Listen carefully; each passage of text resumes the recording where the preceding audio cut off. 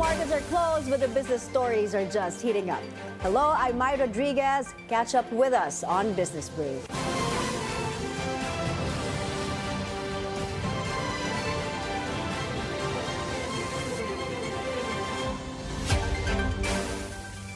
Former lawmaker Zaldy Co is facing fresh controversy. Today, President Ferdinand Marcos Jr. accused his camp of attempted blackmail.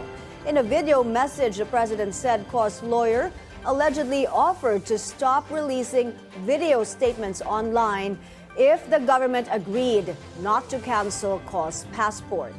The president emphasized he will not negotiate with criminals. Kahit maglabas ka na ng video ng lahat ng kasinungalingan mo na pag-destabilize sa gobyerno, gusto kong malaman mo, Zaldy, makakansela pa rin ang passport mo. Hindi ka na makakatakas sa hustisya. Co's lawyer Rui Rondain denied the accusation, saying he never approached the government with such a proposal. He says he has no control over the release of videos by his client and insists the recordings are authentic, countering Malacañang's concerns. In the final part of his video expose, Zaldy Co implicated Martin Araneta, brother of First Lady Liza Araneta Marcos, as the main figure behind the 2022 onion price spike of 600 pesos per kilo. Co said the investigation into the surge was halted after the First Lady allegedly intervened. He claimed that because of this, no one was prosecuted and the probe into onion importation was effectively blocked. Agriculture Secretary Francisco Tiu Laurel has called the latest video posted by former lawmaker Zaldy Co total baloney. Tiu Laurel said the only accurate point is that he supported lowering the tariff, but he did not make the recommendation alone, and several others had suggested it. He added that while Co reportedly recommended a 0% tariff, Laurel never proposed 15% as the video claims. With Frederick Go now serving as Finance Secretary, Malacañang says his former office will be dissolved. Palace Press Officer Claire Castro announced the Office of the Special Assistant to the President for Investment and Economic Affairs will be abolished. Go previously led the office, which was created in 2023 under Executive Order 49. Castro said foreign trade agreements will remain unaffected as they fall under the Department of Trade and Industry. According to Sec Go, ang DTI naman daw po ang siyang nag-handle ng technical and substantial work with regard to trade agreements. So wala naman po maapektuhan. And considering na galing po si Secretary Go sa OSAPEA at siya din naman po ang magiging Secretary ng Department of Finance. So magkakatulungan po yun.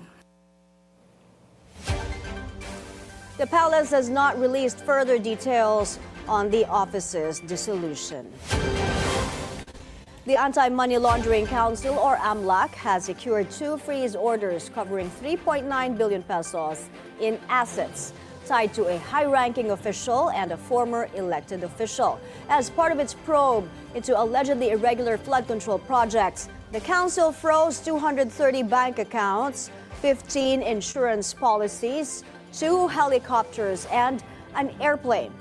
AMLAC Executive Director Matthew David says the orders open the way for a deeper financial investigation into potential money laundering linked to the questionable projects. The Makati Business Club and the Federation of Philippine Industries are backing the government's suspension of all field audits of the Bureau of Internal Revenue following calls to investigate an alleged extortion scheme within the agency. The MBC says the move addresses long-standing concerns that letters of authority, or LOA, and mission orders, or MO, have been used to pressure legitimate taxpayers. Federation of Philippine Industries, or the Federation of Philippine Industries, also states that a fair and transparent tax system can unlock industry potential and build lasting trust. Finance Secretary Frederick Go and BIR Commissioner Charlito Mendoza halted tax audits, including the issuance of LOA and MOs, following complaints of kickback schemes linked to the process. An undersecretary of the Department of Information and Communications Technology is being linked to a so-called insertions mafia, accused of manipulating the agency's budget for kickbacks. A source told Bilyonaryo News Channel that USEC Cristina De Sagon allegedly inserted projects into the DICT budget, influenced personnel decisions, and pressured staff. She denied the claims, insisting her actions are legal and ethical. She warned she may pursue legal action if false reports are published.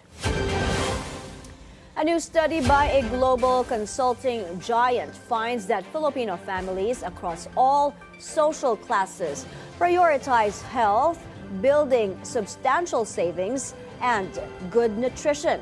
Paolo Barcelon joins us for more details. Hi, Paolo. Go ahead. A new study by the Boston Consulting Group titled the Filipino Family Study, which was released Tuesday, surveyed over 1,500 families nationwide and found that most households are focused on financial security, especially when it comes to health emergencies. BCG says Filipinos prioritize health because most households remain vulnerable to medical costs. And with 64% of families unable to pay a 10,000 peso hospital bill, many households continue to limit spending to manage risk. Generally, there's this, I would say, this sentiment of managing risk and managing and being very careful. Because I think one of the biggest things we really saw is that families don't feel like they have this sense of financial security. The study was conducted in June before the series of political controversies that have recently shaken the economy. BCG notes that wages lagging behind inflation may further shape how families set priorities. Beyond health and savings, families also place importance on paying off debt and covering children's education, while purchases like new appliances, hobbies, and luxury items are often secondary. Major life goals such as buying a home, purchasing a vehicle, moving abroad, or even traveling are often pushed aside. The study also shows that 42% of households keep a common family savings pool, while 40% save individually. Many expenses like utilities, car costs, and rent are mostly shouldered by male breadwinners, while groceries, dining out, and leisure spending are often managed by women or shared. Finally, dual-income nuclear families now make up the largest group, and BCG notes a rising number of DINK households, or dual-income no-kids families, especially among Gen Zs and millennials. Mai. Thank you for that report, Paolo Barcelon. We're taking a short break. More stories are coming up next. You're watching Business Brief.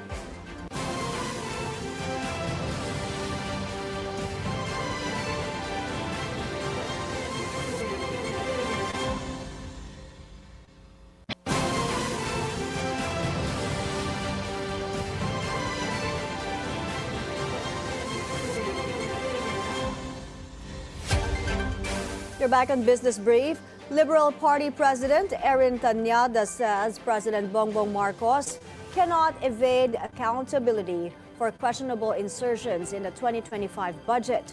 On Bilyonaryo News Channel's At the Forefront, Tanyada said the same applies to former Speaker Martin Romualdez, who oversees legislative measures in the lower chamber. Former Ako Bicol Representative Zaldy Co had claimed Marcos and Romualdez ordered 100 billion pesos inserted into the 2025 national budget. I feel that it's hard for the president to wash his hands on the budget process because the secretary of the budget should always be on top of this in order to inform the president what are the amendments that happened based on the budget that was submitted originally to Congress. Tanyada also called on former presidential spokesperson Harry Roque to return to the Philippines and faced charges of human trafficking filed against him in court.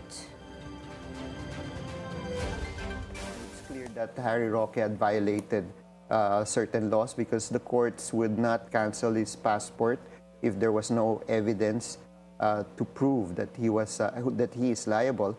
So we just wait on how the Interpol will act. If he has nothing to hide, then he should come home and face charges. No? One concrete example is Laila de Lima. She didn't run away. She faced it, and she was acquitted. The British Chamber of Commerce praises the Philippines for progress in key reforms, including e-commerce, trade initiatives, and ease of doing business. But Executive Vice Chairman Chris Nelson tells Bilyonaryo News Channel's Business 360 that more action is needed on critical legislation and faster digitalization to attract additional companies to invest or set up operations in the Philippines. Now, I think what we want to see is further digitalization. This speeds up the process, it makes things much quicker, and people can move forward. We want clear rules. So I think, has ARTA or ease of doing business work? There has been progress, and all credit to ARTA in that and what we can do for it. BDO Unibank has priced $500 million in 5-year fixed-rate senior notes with demand exceeding 3.2 times, reaching roughly $1.6 billion. The notes carry a 4.38% annual coupon and are expected to receive a Baa2 rating from Moody's. Settlement is scheduled for December 3, 2025. The issuance is part of BDO's liability management plan aimed at securing longer-term funding for lending operations and general corporate purposes. Standard Chartered, MUFG, and Wells Fargo Securities are managing the transaction. The Discaya couple's multi-million peso car collection continues to draw attention, but not necessarily bidders.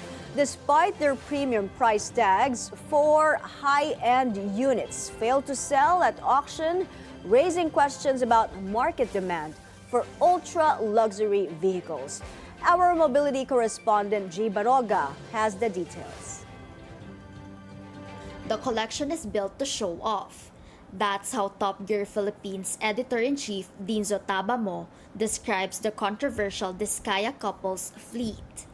3 of the 7 vehicles held by the Bureau of Customs have been sold: the Mercedes-Benz G63 AMG, Mercedes-Benz G500 Brabus, and the Lincoln Navigator L.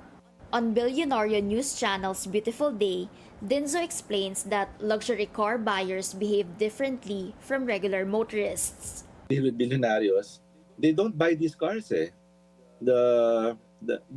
want discreet. They buy Lexus, Land Cruisers, yung mga luxury but blend in. He adds that many Bilyonaryos are practical. Cars depreciate quickly, unlike watches and other luxury assets that hold value longer. Ahead of last week's auction, one detail that stood out to Dinzo was the interior quality of the G-Class. Alam mo yung when you're in Europe and then you enter like a luxury boutique, and when you enter like a Prada boutique, honestly, pasilip-silip lang ako, the smell of rich leather, rich, sweet leather. Ang bango ng interior ng G-Class. Grabe. 4 remaining units from the so-called flood control royalty will be re-auctioned. The Bentley Bentayga, Toyota Sequoia, Toyota Tundra, and the Rolls-Royce Cullinan, complete with its signature umbrella. Customs will reevaluate the vehicles following the failed bids. According to Dinzo, the European models are simply too expensive for the local market, while the Toyotas were built for the US market and aren't available locally, factors that affect bidder appetite. So his advice to those buying used cars: Do your research and bring an expert friend so you know what you're getting into. For BNC Mobility, G. Baroga. León Gallery is offering a rare Patek Philippe watch at the Kingsley Treasures Auction 2025. The timepiece, once owned by former Senate President Gil Puyat, goes under the hammer December 6. The 18-carat white gold watch bears a personal inscription from the late President Ferdinand Marcos Sr. and former First Lady Imelda Marcos, dated 1967. León Gallery Director Jaime Ponce de León calls it an extraordinary heirloom with notable political significance. As controversy continues to hound the Miss Universe pageant, its former co-owner is facing arrest. Thai authorities have issued an arrest warrant for Anne Jacarajutitip after she failed to attend the verdict hearing in her fraud case involving 30 million Thai baht, roughly 54.7 million pesos. The South Bangkok Criminal Court said she appeared to be evading justice. Her bail has been fully forfeited, and the court rescheduled the hearing for December 26. We're taking another short break. A look at how Philippine shares did today when we return. Stay with us. You're watching Business Brief.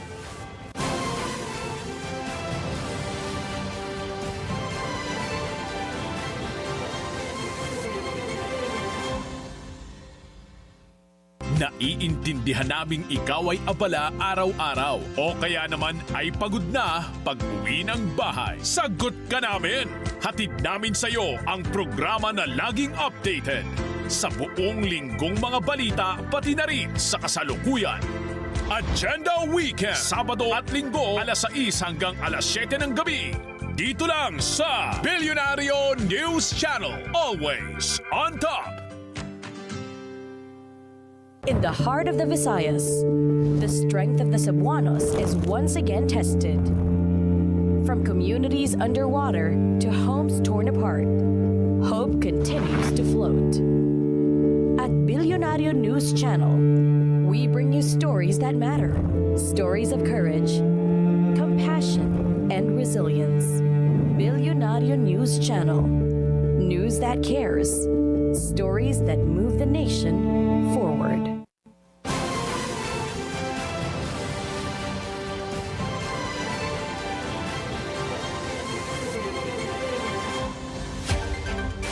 Philippine shares rise as it returns to the 60-100 level.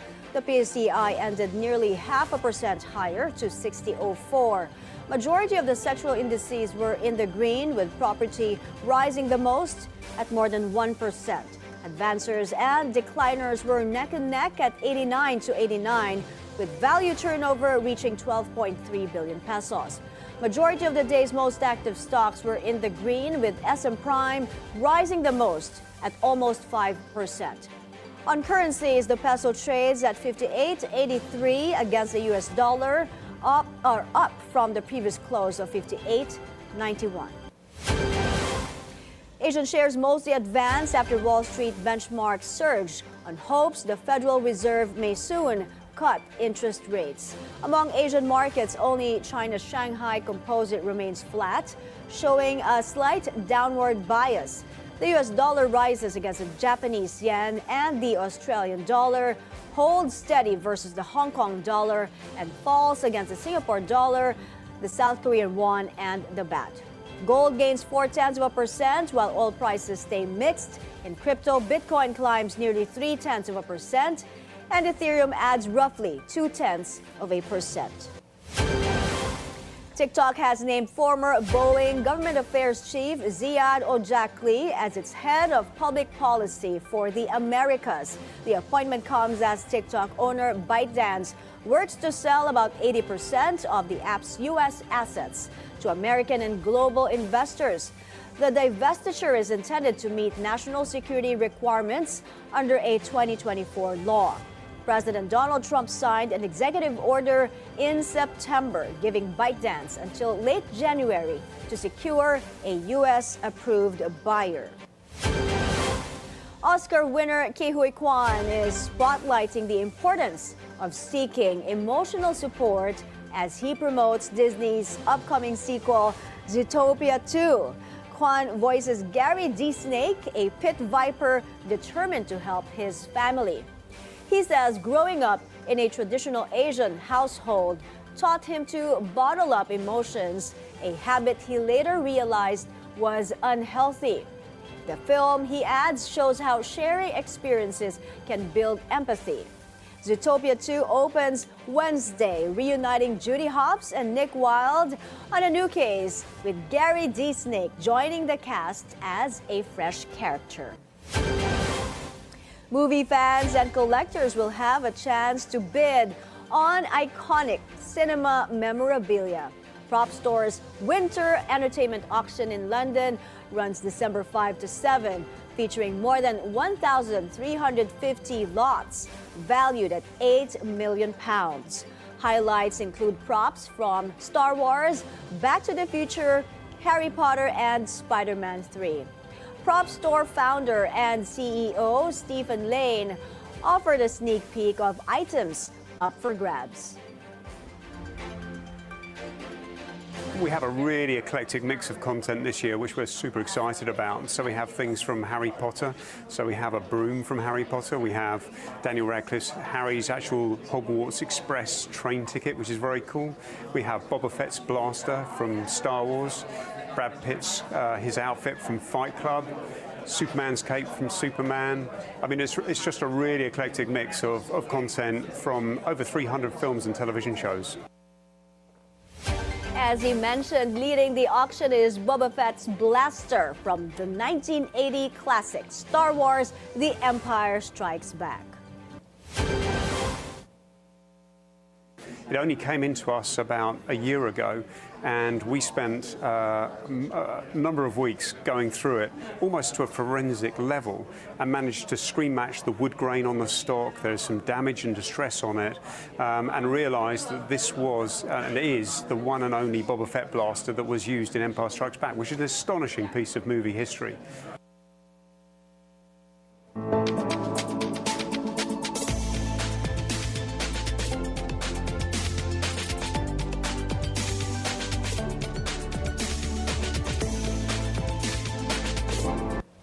That's a wrap for today's Business Brief. I'm Mai Rodriguez. Join us again next week as we bring you the stories that help you plan your next big, bold moves in business, only here on the Bilyonaryo News Channel.